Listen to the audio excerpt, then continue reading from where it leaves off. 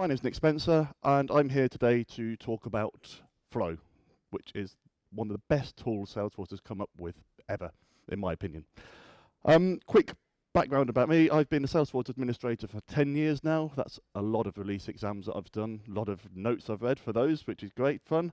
And I'm a Salesforce consultant, so my services are for hire, and people do hire me out for those sorts of things. So how do we go around explaining Flow? Well, I'm going to show a few slides around the background of Flow, what it is, describe it a bit, and then I'm going to run through a real-life example of how Flow has been used to create a solution to a business requirement. So, what is Flow? Flow is brilliantly power to the administrator. For most of Salesforce's time, administrators had a relatively easy life of it. We had some things that we could use, but quite often we'd have to go running off cap in hand to a developer.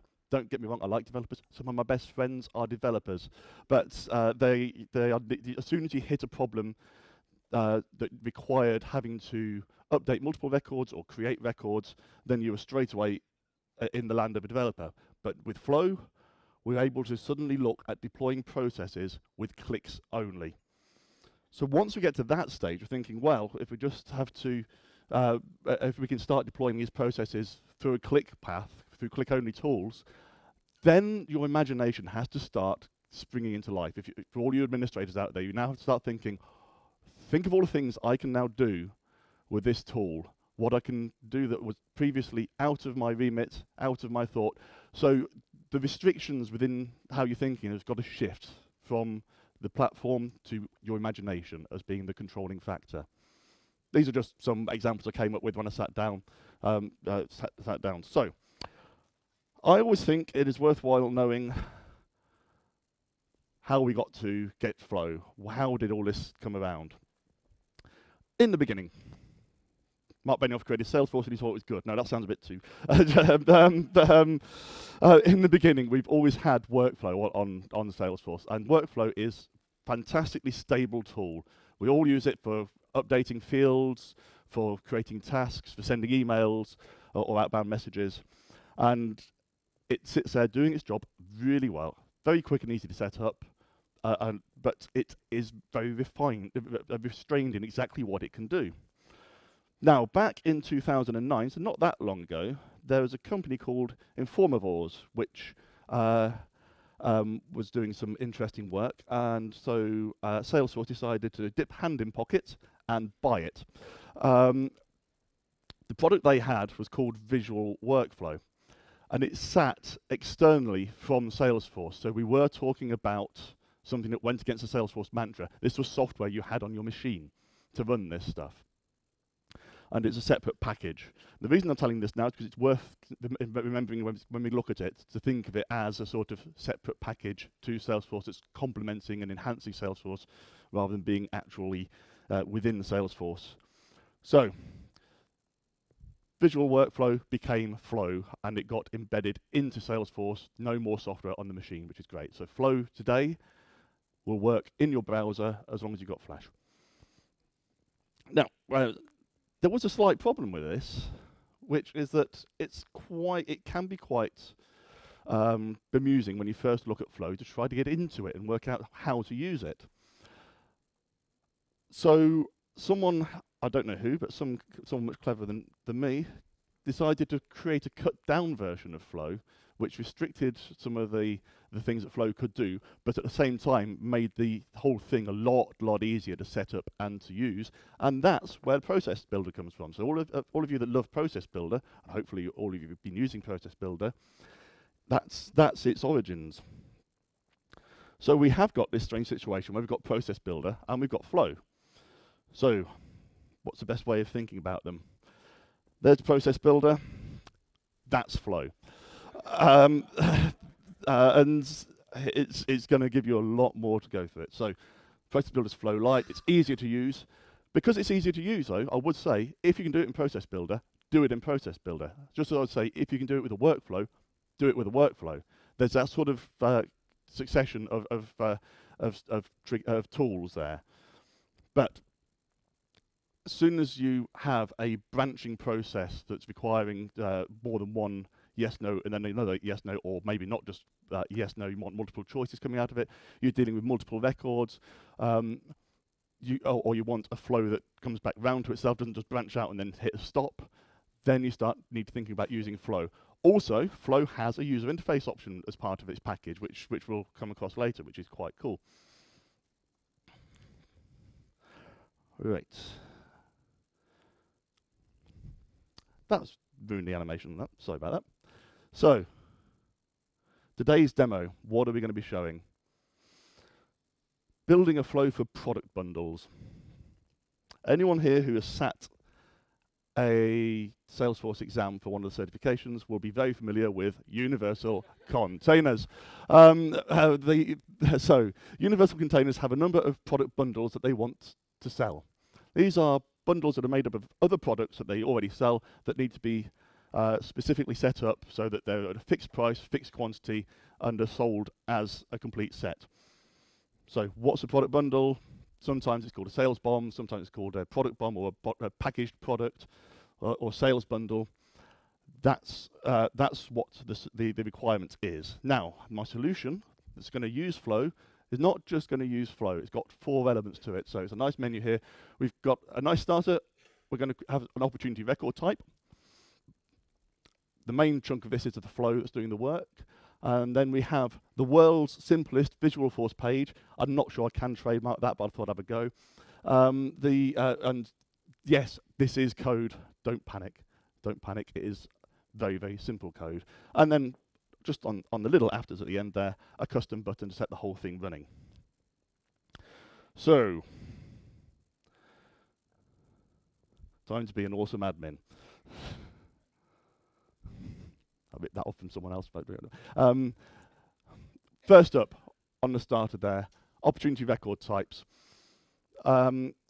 I assume that I'm talking to a room full of people that know a bit about Salesforce administration. I'm not going to go into opportunity record types at this point because they are quite standard. People set them up and use them. But there's plenty of documentation out there to help you if you need a bit of help with with record types in general.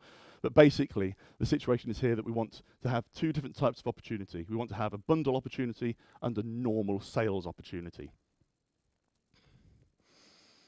Right, and now we move on to the main course, the flow. So this is what the flow is going to do, and then I'm going to show you the flow and show you some elements of the flow, and that's going to be the bit of this demonstration that's going to go really, really, really well, hopefully. So the flow is going to get the opportunity, the sales opportunity that is, determine what price book's on that sales opportunity. It is then going to ask the user, who's going to be the salesperson, which bundle they want to apply to this sales opportunity through a user interface piece that I mentioned earlier. And then finally, it's going to kick in and find the price book entry records and create the opportunity lines on this new sales opportunity. Right, so here's demo time. Yeah, what could go wrong? So let me switch over to this. So this is my dev org. Everyone should have a dev org, especially if they're doing Trailhead. I'm sure Trailhead's going to be mentioned a lot today. And I'm in setup and I'm in flows. I've already pre-built this flow. I'm just going to quickly show you how you start to flow off from new. So this is the flow. Yay, the Wi-Fi works. What a massively high resolution display I've got here. I'm never used to having a canvas this size to work with. So this is the canvas, the nice blank white page that we all have to work that we build the flow onto. And here are the elements of the flow that we drag onto the canvas and build the flow out. And then we've got some tabs at the top, which let us step through through the resources that we already have. Now, I mentioned earlier, this is about sort of thinking of flow as being on the side of Salesforce. So what we have to do is to tell the flow how we're interacting with Salesforce and pulling information out of Salesforce, doing stuff with that information inside flow, and then going back to Salesforce with the things we can do on a database, which is create, edit, update, or delete. So we've got these things on the side here. So if we wanted to look up a record, and the first thing we're going to do is look up the opportunity that we're selling to. We drag in one of these, we give it a name. Everything has to be named in Flow, which is a little bit tedious for typing. And we're saying we're looking up. Thank you, Heckler. I knew you'd get in somewhere. Yes, no, I didn't. It's tiny on this screen as a result of it being so massive up there. Thanks, guys. I can always trust you. Right, so what what opportunity are we looking up? Well, I want to find an opportunity with the ID, with the record ID, equal to, and I'm going to define my own variable. Create new variable. And this is what I'm talking about in terms of this pulling stuff out from Salesforce and to be pushing it back in. So I'm going to call this, and you can call them anything you want, variables. It's an opportunity ID. Lovely little thing that Salesforce gives us here. Input-output mode always defaults to private, and virtually always you want it as input and output, so always change that. We have our different types of data here: text, number, currency, date time. Boolean, for those who don't know, Boolean's a fancy word for checkbox. I don't know why they haven't put checkbox in there. Well, Boolean's just a yes or no, but it's down there as Boolean. So impress your friends with that one in the pub. And then once we've looked up, get rid of my meetings, found our opportunity, then we can pull information from that opportunity into our flow. So I'd want to pull across the price book ID. Price book ID, and I want to put that as a variable inside my flows. I'm create another new variable, var PBID. And again, input and output, okay. Now, I'm not going to build the whole flow out in front of you because it's going to take too long. So I'm going to show you what the completed one looks like, and I'm going to step through what is in there. Right, so let's go to here, apply bundles. Just like Process Builder, you end up with lots of versions as you keep making mistakes, so don't worry about those. And I did mention earlier, this is actually running in Flash. So I think it's the only thing on Salesforce that still uses Flash, so if you're using Chrome, it's usually the better browser to use, but yeah. So right, so this is the complete flow. It's about as complex as you want a flow to ever get. It's very, very easy to get carried away with flow and create an absolute spaghetti mess. And I've got some fine examples. Some of my customers have got some fine examples, which unfortunately I have to put my hand up and say, yes, I did that. I'm trying to undo them now. So this is about as complex as you want to go. Anything up to sort of 10, 12 elements, that's fine. When you're finally having to zoom out, you know you're in trouble. So there's the very first thing I'm doing, is looking at the opportunity. The green circle means this is where the flow starts.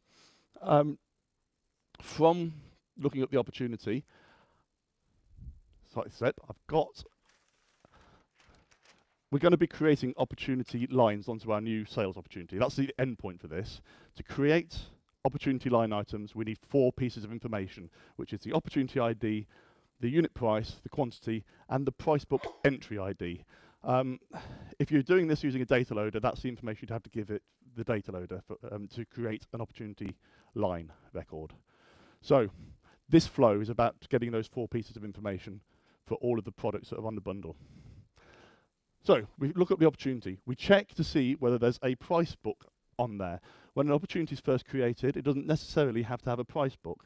So this element is looking, bring back the price book ID, going to a decision box saying, okay, the decision box, do I have a price book ID? The rather grandiose way it's done it is price book ID is null false. So that means it's not null, so therefore it exists. Okay, so from there we have 2 options coming out of the decision box, which is there is a price book or there isn't one. If there isn't one, I'm going to look up another record. This time I'm looking up the price books, and I'm looking up a price book where the name is standard, and I'm going to use that ID for my price book ID. And if I do have a price book, then I already have that populated, so I'm fine. So the next thing I'm going to do is look up a record type. We talked about the first thing. The first thing on this lot was a record type. I want to find all of the. I want to find the record type ID for these bundles. So I want to have a way of getting to these bundles. So find me the record type where the name is bundle. You might have called this something else, of course, and the object is opportunity, and give me the record type ID. Now we get to the user interface bit, and this is the bit that's a bit more fun. On the flow, we can create a screen. One of our elements here is screen. This gives us a user interface that's going to be presented to the user, of course. We have radio buttons. Yay, I've never had radio buttons in Salesforce before now. I've got radio buttons to play with. So there's a new feature for anyone that's not used Flow before. And we have something called dynamic choices. These are brilliant. So I'm just going to quickly open up the dynamic choice so you can see how it's being set up. This is saying, find me all the opportunities with the record ID of the bundle ID that we looked up in the previous thing, and bring back all of the names of those opportunities onto my list. So unlike Salesforce, where you've got your pick lists in a defined area, here you can actually create lists dynamically. You can create them from using values from pick lists within Salesforce. You can create them from whole records like we're doing here, or you can actually just put in your own data. Remember that with pick lists, you can actually, or anything else like that, you can, up to Spring 16, there's a caveat on that one, put any value into a pick list field, and Salesforce will take it even if it's not a pick list value that you defined. Okay, I digress slightly, I do that. So our bundle list, a list of all of our opportunities, which are bundle opportunities, will come onto this page.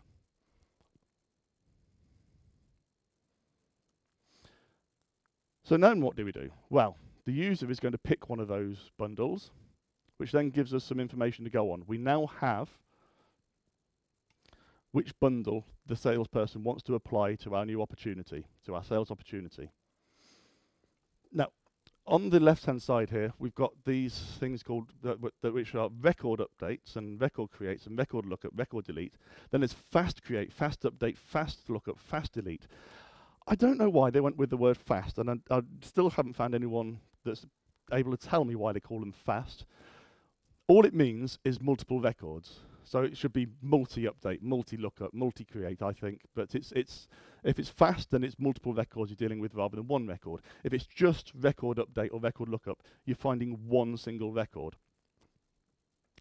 So here, I'm doing a fast lookup, speedy lookup on the bundle lines. I want to find all of the opportunity line items that are on my bundle opportunity, on the ID of the opportunity that's picked by the user in the screen. So that will give me, if there's just one record, if there's 20 records, all in one place that I can do stuff with. And I put all those records into what's called a collection, which I've called bundle lines. So we have now, within this flow, a whole heap, or one, opportunity lines, then the information stored in there.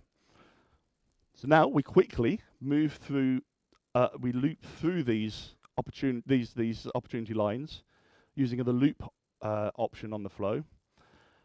And we take each record in our collection, we start at the top, and we take that record and we put it into the loop. And then once it's through the loop, we take the next one, go through the loop again, next one, go through the loop again. Seems a bit weird, but it works really, really well. So first record goes into our loop, and we look up the price book entry, because this is the whole thing that we're trying to get to. We've got this from the start. We need to get this now. So find me the price book entry where the price book matches and the product matches, and bring back the price book entry ID. Find me the price book entry for my product, for my sales opportunity. Once I've found that, I'm then going to build my new opportunity line item, the one that's going to go on the sales opportunity. And I do that by setting the parameters on a record into the price book ID, the quantity I'm getting from the bundle, the price I'm getting from the bundle, and the opportunity ID I got all the way back up here. I then assign that record that I've built to a brand new collection, and we use this strange thing with an add in the middle. So we have sales lines adds to that onto there. Finish, go back to my loop through again until that's cool. Massive mouse pointer. Okay, sorry. So I cycle through those many times, and then when I finish cycling through, I go on to fast create. Fast again just means multiple in one go, and I create opportunity lines against my opportunity. So that was a lot of words and a lot of clicking around. So apologies if I lost anyone on that. But I'm going to show you that in action now, what comes through with that. Let's just go back to the presentation.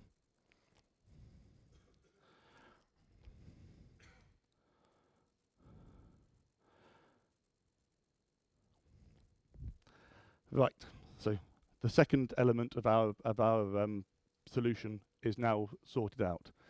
Here is, I know you've all been waiting for it, the world's simplest Visualforce page. It is so simple.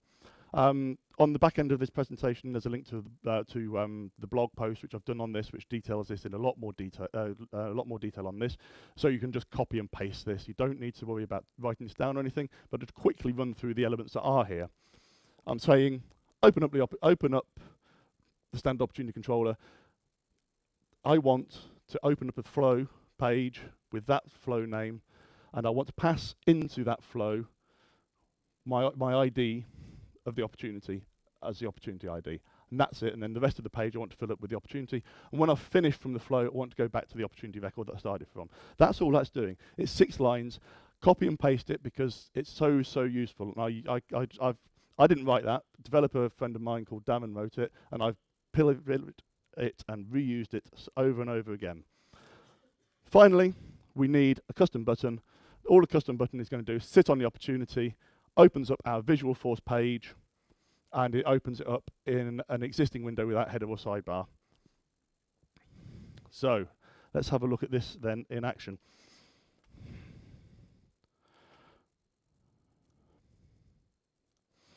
Here we go. Let's see if it actually works. I now have 2 hats to wear. First hat, marketing. I'm creating a product bundle. So I'm creating a bundle of records, an opportunity of record type bundle, and I'm going to call this London's Calling Bundle. Close date today. I don't need to worry about that. And I'm going to add some products onto it. So this is a bundle that marketing are putting together. The products we got here are just some random ones that left kicking around. So right, there's the 4 items we want on the bundle. It's going to be 2 of those, 1 of those, 1 of those, and 1 of those. And because it's so good, we're going to make the prices nice and cheap.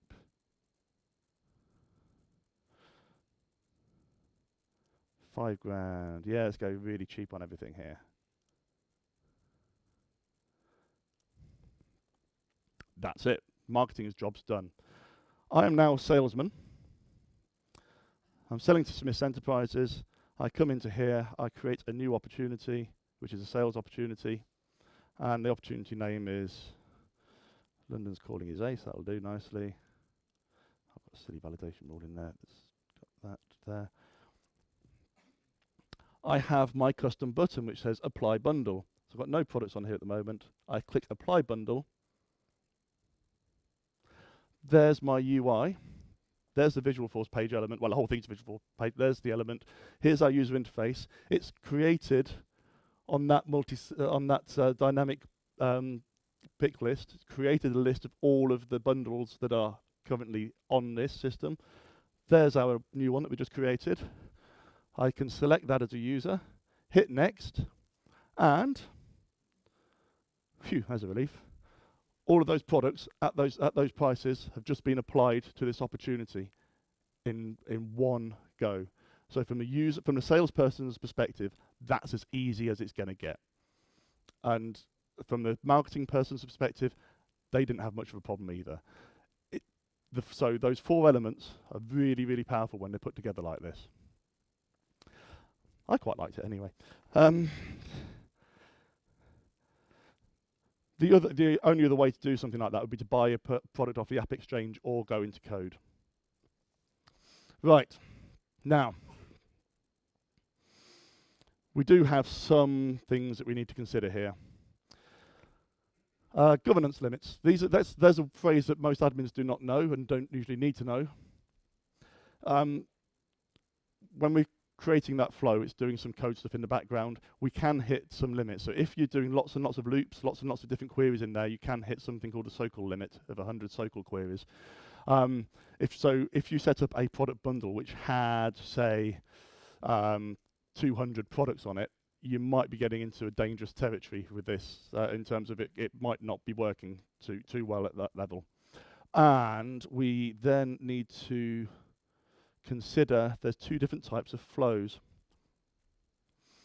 We've got auto launch flows and we've got manual launch flows. As soon as you've got a user interface element into it, it becomes a manual launch flow. But auto launch flows can work in the background just like a workflow would. The user doesn't see anything, they don't even know anything's happened, but the magic's there and it happens in the background because you created the magic. They can be set now, because if you're having an auto launch flow, you'll get it launched from a process builder most likely. So the process launches the flow. But processes can only be fired when you create a record or you edit a record. They are not fired when you delete or undelete a record. That can cause problems. So if you've got a flow that's doing some adding up or trying to do some sort of roll-up-like functionality in the background, it's great until someone goes and deletes one of the records that you're rolling up on, and then it's gone because it's out of sync with the rest of it. So watch out for that, because I've fallen foul of that one plenty of times.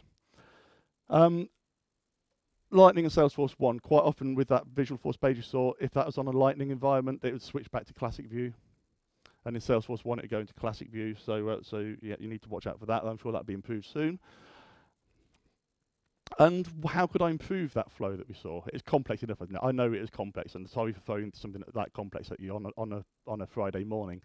But that flow should do some other things, like allow for multi-currency, and sorting out if it doesn't find a price book entry ID because the product's not in the price book, it doesn't allow for that. So it could be improved further, that flow. Right. So we need to have some sort of rules here because we're in a much more dangerous field. We're away from the safety of workflow. We're in some virgin territory here. So how to stay happy with flow? Follow my rules. Rule 1, keep it simple. Stupid. I would never put the stupid on there because it's very, very offensive. Keep it simple. If it as I said earlier, workflow, process builder, flow. That's the sequence. If you can do it in the simpler tool, do it in the simpler tool. Don't let the flows get out of control. You can create subflows. Didn't show you that earlier, but if you get to the point where you have 200 boxes on a page, it's gone mad, it's gone wrong, you can chop it up into bits and have subflows. You can chop them up into smaller bits. Rule 2. Define the process first. This is so bleeding obvious, but so easy to get wrong. I do this as a living, and even I fall foul of this one quite frequently. You think you know what's going on, what the person wants, what your manager wants to happen, and you then just go off without checking exactly what it is that they're trying to do. And if you don't define and nail down that process first, you will get it wrong, and you will spend a lot of time, waste a lot of time in getting it wrong. And you can just put it down to experience, but I'm trying to help here. So please define the process first, what you're trying to do.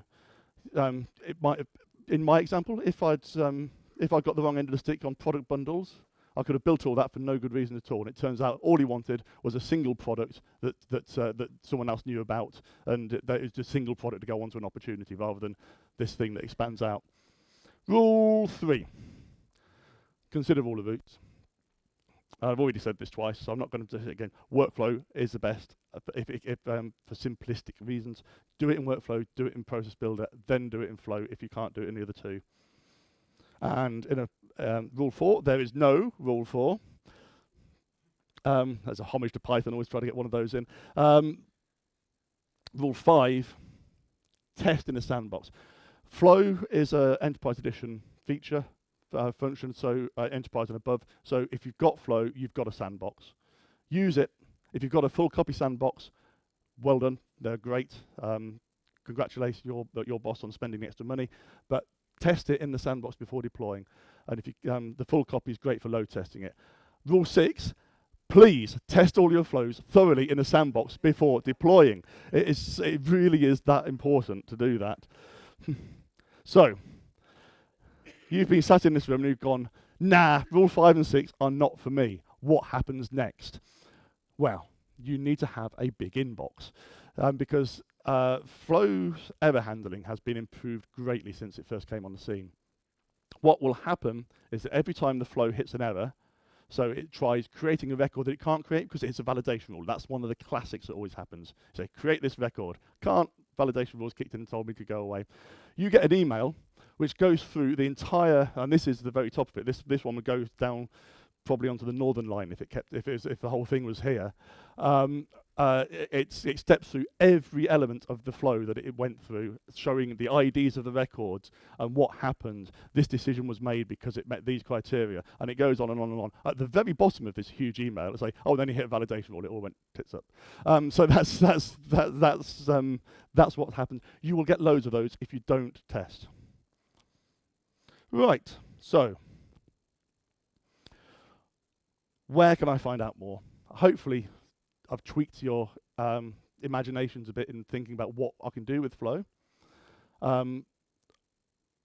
There's a blog post which goes into much finer details, everything that I've just talked about today. Salesforce's own workbook is really good. And this is very important. Salesforce Flow is new-ish. It's changing quite rapidly. So you will find stuff that's on there that's out of date, and if you're looking at stuff that's sort of Winter 15 rather than Winter 16, then you might find that the information in there is not that great. So stay with the up-to-date stuff, please. Right, I think that's enough oh, by the way, also on my blog post, that Visualforce page, a lot more detail on that as well. Enough for me. Over to you guys.